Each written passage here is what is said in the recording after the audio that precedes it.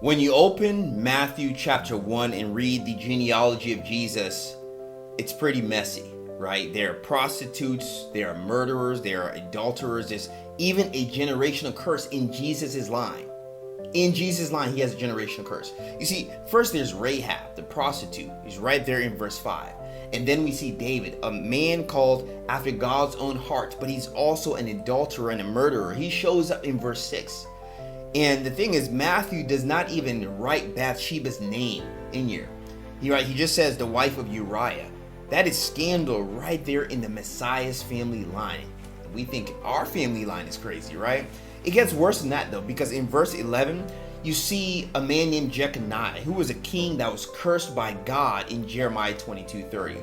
And God actually said, that none of this guy's descendants would ever sit on the throne of David again. And that is huge, because that should have ended everything. And Joseph, the earthly father of Jesus, came directly from Jeconiah's line, which means that if Jesus had been Joseph's biological son, he would have been disqualified from the throne. You see that? So here's what men of God need to take from this, is that this curse did not stop God's plan.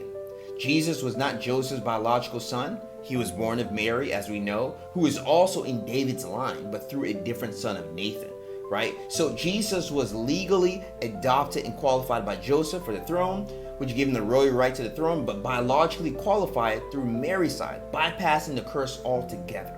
What does this prove? Well, it proves that your past does not disqualify you.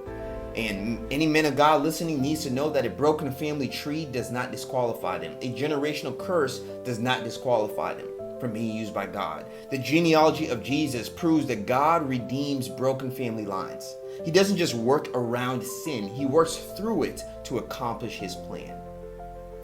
And men of God that may be listening, the reminder is this: no matter your background, no matter your family history and your family tree, God can still use you. Your past is not the end of your purpose. It's proof of his redemption.